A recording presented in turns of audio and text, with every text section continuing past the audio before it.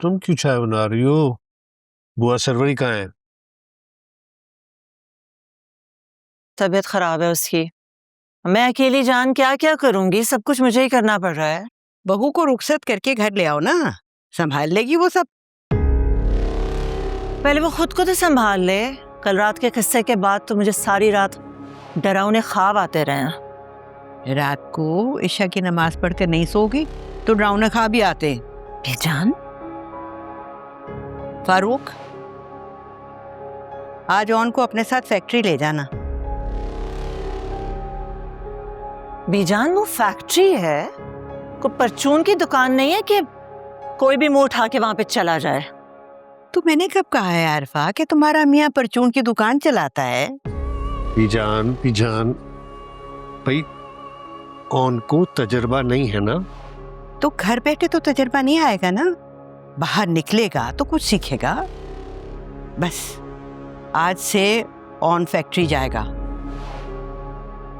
बीजान, मेरा इंटरव्यू बहुत अच्छा हुआ है, तो मेरी जॉब हो जाएगी। हाँ, तो जब कॉल आएगी तो फिर छोड़ देना, मगर तब तक तो फैक्ट्री जाओ ना। और तुम्हारी माँ का हिस्सा है इस फैक्ट्री में, कोई तुम पर एहसान नहीं कर रहा।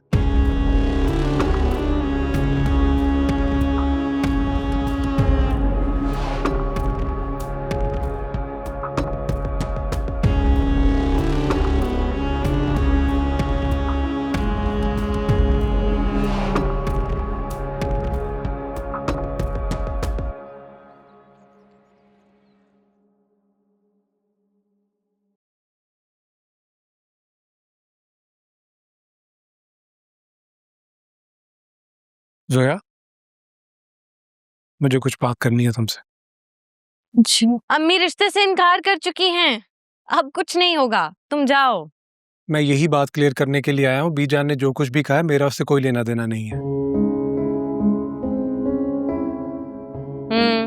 तुम्हारे अंगूर तो हमेशा खट्टे होते हैं। आयला देखो, तुम्हारा मेरे साथ जो भी मसला है, लेकिन इस वक्त मैं सिर्फ ये कह रहा हूँ कि जोया को मैंने हमेशा अपनी बहनों की तरह समझा है और समझता रहूंगा। Thank you so much on भाई।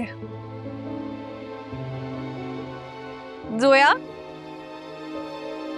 इससे कहो जाए यहां से। मेरा दिमाग मजीद खराब करने की जरूरत नहीं है, इसकी वजह से मेरा करियर पहले ही बर्बाद हो रहा है। मेरी वजह से तो सिर्फ तुम्हारा करियर बर्बाद हो रहा है, जिसकी वजह से तुम्हारी पूरी जिंदगी बर्बाद हो रही है। उसके बारे में भी थोड़ा गौर कर लो।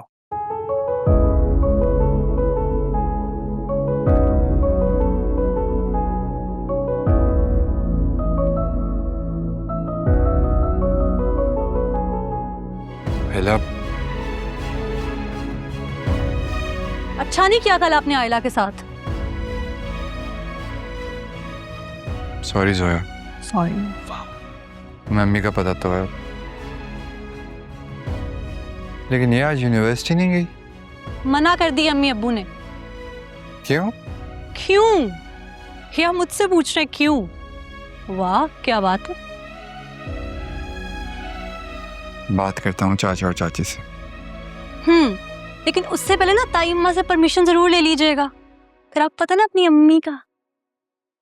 तुम अभी तक फैक्ट्री नहीं गए हो?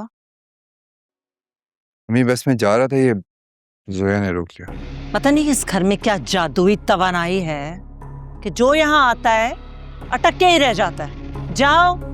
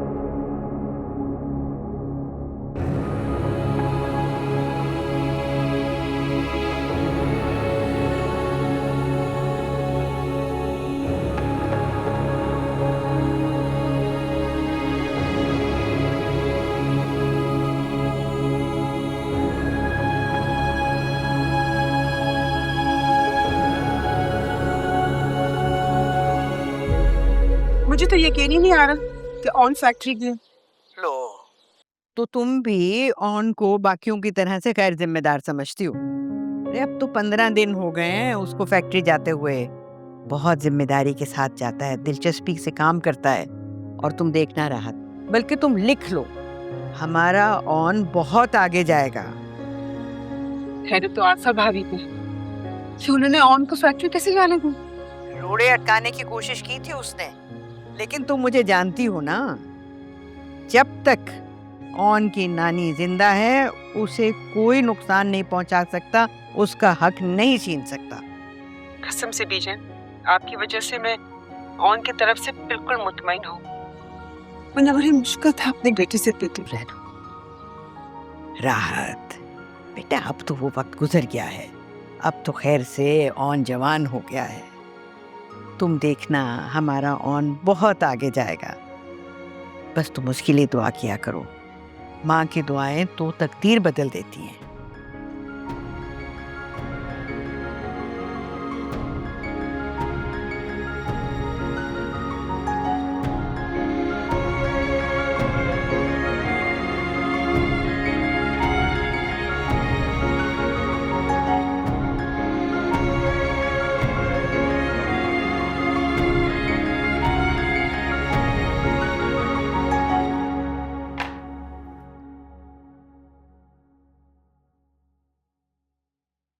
क्या हुआ?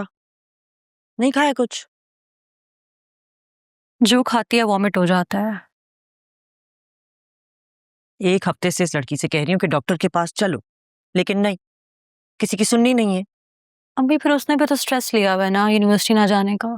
तो फिर ऐसी हरकत नहीं करनी चाहिए थी ना। अच्छा अम्मी, अब आप लोग भी बस कर दें। 2 हफ्ते हो चुके हैं इस बात को, और अब तो सेमेस्टर भी खत्म होने वाला है उसका। माँ बाप जो भी करते हैं ना, औलाद के भले के लिए करते हैं। अम्मी वैसे इतनी बड़ी बात थी नहीं जितनी आप लोगों ने मिलकर बना दी है। जाए जाकर शक्ल देखें उसकी, 15 दिन में कैसा मुंह निकल आया उसका, और ऊपर से फूड पॉइजनिंग हो गया उसको।